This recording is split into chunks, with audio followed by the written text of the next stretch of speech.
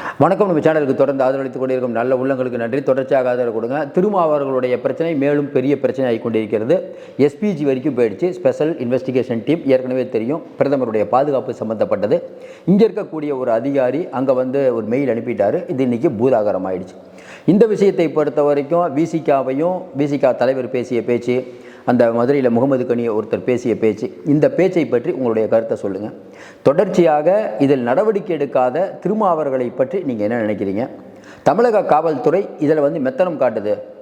ஏற்கனவே பஞ்சாபில் இதே மாதிரி ஒரு சம்பவம் நடைபெற்ற போது உங்களுக்கு தெரியும், பிரதமருடைய கான்வாய் மறிக்கப்பட்டு ஒரு பாலத்துக்கு பக்கத்தில் பிரதமர் நின்றுருந்தார். 4 மணி நேரமோ 5 மணி நேரம் நின்றுருந்தார். அதற்கு பிறகு பார்த்தீங்கன்னா அங்கே இருக்கக்கூடிய டிஜிபியை பதவி விட்டு தூக்குனாங்க. அப்போ இன்றைக்கி இருக்கக்கூடிய பொறுப்பு டிஜிபிக்கே இது பிரச்சனையா அப்படின்னா நினச்சா பண்ணலாம். ஏன்னா இது பிரதமருடைய பாதுகாப்பு சம்மந்தப்பட்ட விஷயம். 1985 தான் இந்த ஸ்பெஷல் இன்வெஸ்டிகேஷன் டீம் உருவாக்கப்பட்டது. அதிலிருந்து பார்த்திங்கன்னா இந்த மாதிரியான ஒரு சம்பவங்கள் ரொம்ப பிரதமருடைய பாதுகாப்பு அப்படிங்கிறது சமரசமே இல்லாதது. உங்களுக்கு தெரியும், நடுவில்லாம் போகவே முடியாது. அப்படிப்பட்ட சூழ்நிலையில் இதில் மறிக்கிறேன் அப்படின்னு ஒருத்தர் சொல்கிறாரு. அப்படிங்கும்போது ஒரு ஸ்டேட் கவர்மெண்ட் அதை அப்படியே அமைதியாக காவல்துறை நடவடிக்கை எடுக்கலைன்னா அது பெரிய பிரச்சனை. பிஜேபி நினைத்தால் இதை எந்த எல்லைக்கும் போகலாம். சில பேர் சொல்கிறாங்க, இல்லை நாடாளுமன்ற உறுப்பினருடைய திருமாவருடைய பதவி பறிப்பு கூட இது போகலான்ட்டு. அந்த வகையில் போக மாட்டாங்க. ஆனாலும் இது ஒரு பெரிய பிரச்சனை தான்.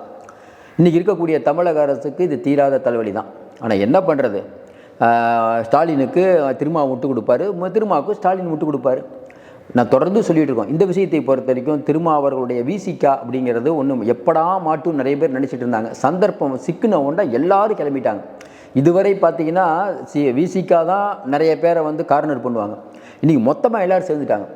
அதான் தொடர்ந்து சொல்லுவோம்ல, நம்ம ஏதோ ஒரு நாள் ஒரு சிக்கல் வரும். நம்ம ஏற்கனவே சொன்ன மாதிரி இந்த சிக்கல் திருமாவர்களால் ஏற்பட்டப்பட்ட சிக்கல் தான். மற்றவங்களாம் பேசுகிறத விடுங்க, முதல்ல இந்த பிரச்சனை ஈஸியாக கடந்து போகிறத விட்டுட்டு இது இவ்வளோ பெரிய பிரச்சனை ஆக்குறது அப்படிங்கிறது என்னென்னா, இப்போ வெளியில் பார்க்கக்கூடிய மக்கள் என்ன நினைக்கிறாங்க, என்னப்பா தூய்மை பணியாளர்களுக்கு வாக்குறுதி கொடுத்தீங்க அப்படின்னு சேகர்பாபுவை கேட்டால் நான் எப்போ வாக்குறுதி கொடுத்தேன் அப்படின்னு அடாவடியாக பேசுகிறாரு. இந்த பக்கம் பார்த்தா திருமாவர்கள் ஒழுங்காக அடிக்கலைங்கிறாரு. என்னப்பா இது, கட்ட பஞ்சாயத்து பண்ணிகிட்டு இருக்காங்க, நிலபகரிப்பு பண்ணுறாங்க. இதனால தான் நிலபகரிப்பு அப்படிங்கிற ஒரு டிபார்ட்மெண்ட்டே ஜெயலலிதாமா கொண்டு வந்தது. திமுக காரங்கள்லாம் நிறைய பண்ணுறதுனால. அப்போ திமுக ஆட்சிக்கு வந்தால் அராஜகம் நடக்கும். பிரியாணி கொடுக்குற தகராறு உங்களுக்கு தெரியும். பிரியாணி சாப்பிட்டு காசு கொடுக்காம போனது ஸ்டாலின் எதிர்கட்சியாக இருக்கும்போதே. இப்படி பல இடங்களில் இவங்கெல்லாம் பண்ணிகிட்டு இருக்கக்கூடிய அட்ராசிட்டி வரக்கூடிய தேர்தலில் மிகப்பெரிய அளவில் பாதிக்குமே. இப்போ இந்த எஸ்பிஜி உள்ளே வந்தால் என்ன நடக்கும், அதை முக்கியமாக நம்ம பேச போகிறோம். ஏன்னா இன்றைக்கி இந்த திருமாவர்களுடைய விஷயம் சாதாரணமாக இருந்தாலும் இதை ஊதி பெருசாக்குவதற்கு பல பேர் இப்போ வழக்கு தொடர போகிறாங்க. உச்சநீதிமன்றம் உயர்நீதிமன்றத்தில் வழக்கு போட்டாங்கன்னா இன்னும் சீரியஸ் ஆகிடும். ஏற்கனவே உயர்நீதிமன்றம் திருமாவர்கள் ஒரு தலைவராக இருக்கக்கூடியவர், அவரே பிரச்சனையை தூண்டுற மாதிரி நடந்துக்கிறாருன்னு சொல்லிட்டார். இப்போ அடுத்து நீங்கள் சுப்ரீம் கோர்ட்டே போனாலும் இவர்களுக்கு நிவாரணம் கிடைக்கிறது கஷ்டம் விசிகாவுக்கு. ஏன்னா இன்றைக்கி உச்சநீதிமன்றம் சில பேருக்கு சட்டம் இன்னும் கடுமையாகும். இப்போ உங்களையோ என்னையோ கொலை பண்ணிடுவேன், ரோட்டில் நட முடியாது அப்படின்னு சொன்னால் அது ஒரு கேஸ். ஆனால் பிரதமருக்கே நீங்கள் மிரட்டல் விட்டிங்கன்னா அது வேறு கேஸாக போயிடும். தேச பாதுகாப்புங்கிற லெவலுக்கு போயிடும். நம்ம ஏற்கனவே சொன்ன மாதிரி மோடி நம்ம வராரு அப்படின்னா மோடி மட்டும் வரல, இந்தியாவே வருது. அமித்ஷா வராருன்னா உள்துறையே வருது. அப்போ எல்லா அரசாங்கமும் கட்டுப்பட்டே ஆகணும். அப்போ எந்த மாநிலத்திலும் எந்த கட்சியும் பேசாத ஒரு வார்த்தை, மம்தா பானர்ஜி கட்சி ஆகட்டும், பிரணாய் விஜயன், யாருமே பேசாத வார்த்தை இங்கே இருக்கக்கூடிய ஒரு கட்சி எப்படி பேசலாம்?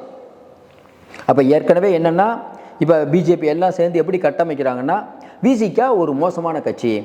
நல்லா யோசனை பாருங்கள், நீங்கள் ஒடுக்கப்பட்டவர்களுக்காக பண்ண கட்சி இன்றைக்கி எந்த ரேஞ்சில் கொண்டு வந்து நிறுத்திட்டாங்க. இதுக்கு யார் காரணம்? நம்ம என்ன சொல்கிறோம், பிஜேபி ஒரு நல்ல கட்சி இல்லை, ஆனாலும் பிஜேபி உங்களை அந்த மாதிரி ஒரு விஷயத்தில் கொண்டு வந்து மாட்டிக்கிட்டாங்க, நீங்களும் வலையில் விழுந்துட்டீங்க. இது ஈஸியாக கடந்து போக வேண்டிய ஒரு விஷயத்தை இவ்வளோ பெருசாக்கி நீங்களே சொல்லுங்கள். ஒரு தலைவர்னா இந்த மேட்டர்லாம் ஒரு மேட்டர் 1000 விஷயம் இருக்குது. இப்போ எத்தனை நாளாக நம்ம இதை பற்றி பேசிகிட்டு இருக்கோம். இப்போ என்ன, இங்கே இருக்கக்கூடிய ஒரு அதிகாரி டெல்லிக்கு தகவல் சொல்லிட்டாரு. எல்லோரும் கேட்பாங்க, இங்கே இருக்கக்கூடிய அதிகாரி டெல்லிக்கு தகவல் சொல்லுவாரா அப்படின்னா, இன்றைக்கி ஐஏஎஸ் ஐபிஎஸ் அதிகாரிகள்லாம் டெல்லி கண்ட்ரோல் தான். டெல்லி நினைத்தால் அவங்களை கேட்டு வாங்கலாம். உங்களுக்கு தெரியும், தமிழக அரசை கொடுக்க மாட்டேன்னு சொல்லலாம், நடைமுறையில் இருக்குது. ஆனாலும் ஒரு அளவுக்கு மேலே பண்ண முடியாது. இப்படிப்பட்ட சூழ்நிலையில் இன்றைக்கி ஏன்னா எப்படியோ இந்த ஆட்சி போகுதுன்னு வச்சுக்கோங்களேன், அடுத்து வேறு ஆட்சி வந்தால் அந்த ஐஏஎஸ் ஐபிஎஸ் அதிகாரிகள் இப்போ இருக்கக்கூடியவங்க மாறுவாங்க. யாரெல்லாம் டம்மி போஸ்ட்டில் இருக்காங்களோ அவங்களாம் மேலே வருவாங்க. அதில் ஒரு அதிகாரி இன்றைக்கி வந்து மேலே இருக்கிறதுக்கு தகவல் சொல்லிட்டாரு. சரி, எல்லா கவர்மெண்ட்லேயும் திமுக ஆதரவானவங்க ஐபிஎஸ் ஐஏஎஸ் அதிகாரி இருப்பாங்க, இந்த பக்கம் எதிர்ப்பானவங்க இருப்பாங்க. நல்லா யோசனை பாருங்கள். இன்றைக்கி பார்த்தீங்கன்னா அமுதா ஐஏஎஸ்லேருந்து ராதாகிருஷ்ணன் அவர்கள் ஆகட்டும், இப்படி சில பேர், அதேமாதிரி வந்து சங்கர் ஜிவால் ஆகட்டும், அதுக்கப்புறம் பார்த்திங்கன்னா நம்ம அருண் அவர்கள் ஆகட்டும், இப்படி பல பேர் வந்து உச்சத்தில் இருப்பாங்க. அடுத்த ஆட்சி வரும்போது இப்போ ஆயுதப்படை அந்த படையில் இருப்பாங்கள, சீருடைப்படை, அவங்கெல்லாம் உச்சத்துக்கு வந்துடுவாங்க. ஏன்னா அது அதிமுகவுக்கு வேண்டிப்பட்டவங்களாக இருக்கலாம். விஜய் வந்தால் அதுக்கு வேண்டிப்பட்டவங்களை போடுவார். இதுதான் இயற்கை எல்லாருமே.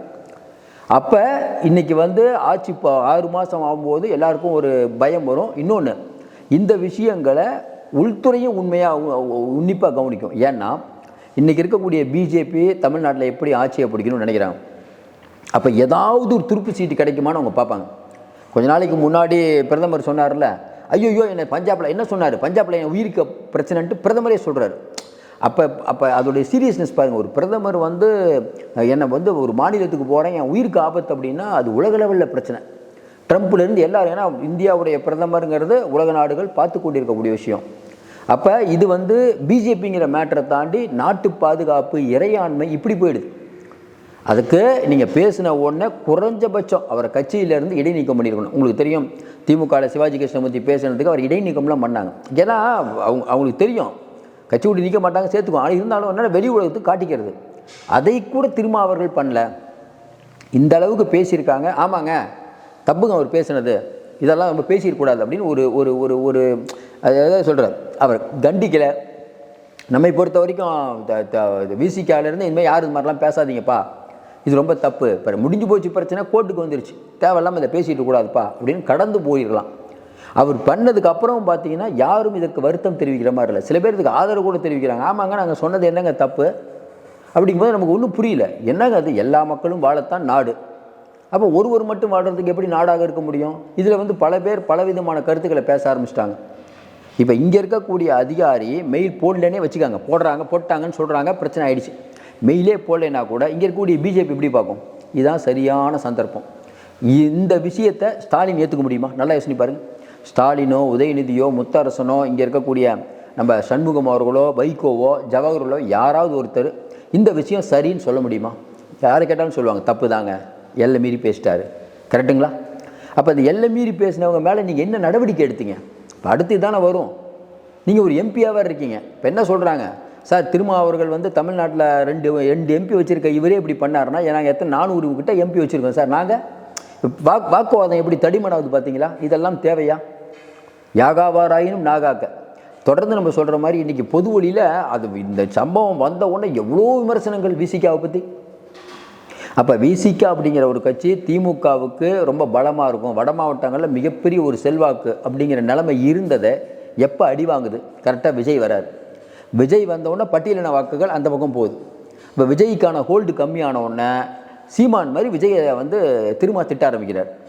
இப்படி போயிட்டு இருக்கும்போது சமீபத்தில் நடந்த நிகழ்வெல்லாம் பார்க்கும்போது 41 பேர் மரணம் வந்து திமுகவுக்கு ஒரு பெரிய இடி. அதுக்கு வக்காலத்து வாங்குறேன்னு சொல்லிட்டு மற்ற யாரும் போகல. ஆனால் திரும்ப ரொம்ப வேகமாக போனார். கம்யூனிஸ்ட்லாம் அமைதியாக இருக்கும்போது திரும்ப வந்து விஜயை கைது பண்ணுங்க, அவர் தான் காரணங்கிற ரேஞ்சுக்கு போனார். அப்போ பிரதிபலனாக திமுக சில உதவிகளை பண்ணும். திமுக எப்படி நம்ம திரும்ப அவர் கட்சியில் இருக்கவங்களை அரெஸ்ட் பண்ணுவாங்க? அதுக்கு ஜெயலலிதாமாவா? இதே கலைஞராக இருந்தால் இந்த விஷயத்தை எப்படி கையாண்டிருப்பார்? நல்லா யோசனை பாருங்க. திருமாவளவனுக்கே ஃபோன் போட்டு, இல்லைங்க அவர் தம்பி அவர் கொஞ்சம் இடை நீக்கம் பண்ணியிருப்பா, பிரச்சனை பெருசாகிடுச்சு, தேவையில்லாத பிரச்சனை. ஏன்னா இந்த பிரச்சனை பெருசாகிடுச்சின்னு கூட முதல்வர் காதுக்கு செல்லாமல் இங்கே இருக்கக்கூடிய அதிகாரிகள் பார்த்துக்கிறாங்க. ஒவ்வொரு நாளும் இங்கே என்ன நடக்குதுங்கிறத நோட் போட்டு இங்கே இருக்கக்கூடிய உளவுத்துறை அனுப்பும். டெல்லியில் இருக்கக்கூடிய உளவுத்துறை தமிழ்நாட்டை கண்காணிச்சிட்டு இருக்குது. அப்போ ஏற்கனவே ஒரு முன்னுதாரணம் இருக்குது. பஞ்சாபில் இதே மாதிரி பிரதமர் உயிர் காப்பத்து அங்கே இருக்கக்கூடிய டிஜிபியை பதவி விட்டு எடுத்துருக்காங்க. இங்கே பொறுப்பு டிஜிபி. இப்போ பொறுப்பு டிஜிபி ஏன் போட்டாங்கன்னு காரணம் தெரியுதா? நல்லா யோசனை பாருங்கள். இதுவே நியாயமான ஒரு டிஜிபியாக இருந்தால், நியாயமான டிஜிபின்னா இப்போ ரத்தோரில் அவர்கள்லேருந்து, சீமா அகர்வால்லேருந்து, ராஜீவ்லேருந்து இவங்கெல்லாம் சீனியரில் இருக்காங்க. இவங்களை போடாமல் ஏன் பொறுப்பு டிஜிபியை போடுறாங்கன்னா, பொறுப்பு டிஜிபி அப்படிங்கிறவங்க திமுக சொன்னால் கேட்பாங்க. அப்படி தானே வெளியில் வருது இன்றைக்கி. இவங்களுக்கு ஏற்ற மாதிரி ஒரு ஆளை போட்டாங்கப்பா, அதனால தான் நடவடிக்கை எடுக்கல. எப்படிங்க நடவடிக்கை எடுக்காமல் இருப்பீங்க? நல்லா யோசனை பாரு. இன்றைக்கி வந்து பொறுப்பு டிஜிபிக்கு இன்னும் கடமை இருக்குது. இப்போ ஆளுநர் கூப்பிட்டு விசாரிக்கலாம். ஏன்னாங்க அது ஒருத்தர் பேசுகிறாரு, பிரதமர் பாதுகாப்பு, ஆளுநர் சும்மா இருக்கார். ஏன்னா இது வந்து மேலே மேலே மேலே மேலே ஆளுநருக்கு எதிராக நீங்கள் நிறையா வந்து நம்பிக்கையில்லா தீர்மானம் எல்லாம் பண்ணும்போது நம்ம ஆதரித்தோம். ஆமாங்க, ஆளுநர் பண்ணுறது தப்பு. ஆனால் இந்த விஷயத்தை பொறுத்தவரைக்கும் ஆளுநர் கூப்பிட்டு விளக்கம் கேட்டால் என்ன பண்ணுவீங்க? தலைமைச் செயலாளரையும் வரையும் கூப்பிட்டு விளக்கம் கேட்டால் என்ன பண்ணுவீங்க? ஆனால் உச்சநீதிமன்றத்தில் ஒரு கேஸ் போட்டாங்கன்னு வச்சுக்கோங்களேன், பிரதமர் பாதுகாப்பு சம்மந்தப்பட்ட விஷயம், ஒரு இந்த வீடியோவை உச்சநீதிமன்ற நீதியரசர் பார்த்தா என்ன பேசுவார்? என்னங்க கட்சி எடுத்தவொன்னே தானே கேட்பார், என்னங்க நினச்சிட்டு இருக்கீங்க அதானே கேட்பார். தொடர்ந்து பிஜேபி வளரக்கூடாதுன்னு சொல்லிக்கிட்டு பிஜேபியை வளர்ப்பது யார்? நல்லா யோசிச்சு, இவங்க தான். இவங்க கொள்ளடிக்கிறதுனால தான் அங்கேருந்து இடி வந்து உங்களை பிடிக்குது. நல்லா யோசிச்சு பாருங்கள். நவீன் பட்நாயக் இருக்கார், அவர் ஏதாவது இடி பிடிச்சதா? பிஜேபி ஒன்றுமே பண்ணேன்னா கூட பிடிக்கும். ஆனால் நீங்கள் நிறைய பண்ணி வச்சுருக்கீங்களே, அது வசமாக மாட்டுறீங்களே. ஒரு பிரச்சனையா 2 பிரச்சனையா? இப்போ இந்த பிரச்சனையை பொறுத்த வரைக்கும் பிரச்சனை பெருசாகி விட்டது. தொடர்ந்து நம்ம சொல்லிகிட்டு இருக்கும்போது இன்றைக்கி விசிக அப்படிங்கிற ஒரு கட்சி மக்கள் மத்தியில் அதோடைய இமேஜ் கொஞ்சம் கொஞ்சமாக மாறிட்டு இருக்குது. நம்ம அப்படி சொன்னோன்னே சில பேர் சொல்கிறோம், ஏங்க முதல்ல இருந்தே இந்த இமேஜ் தாங்க, நீங்கள் என்னங்க சொல்கிறீங்கிறாங்க.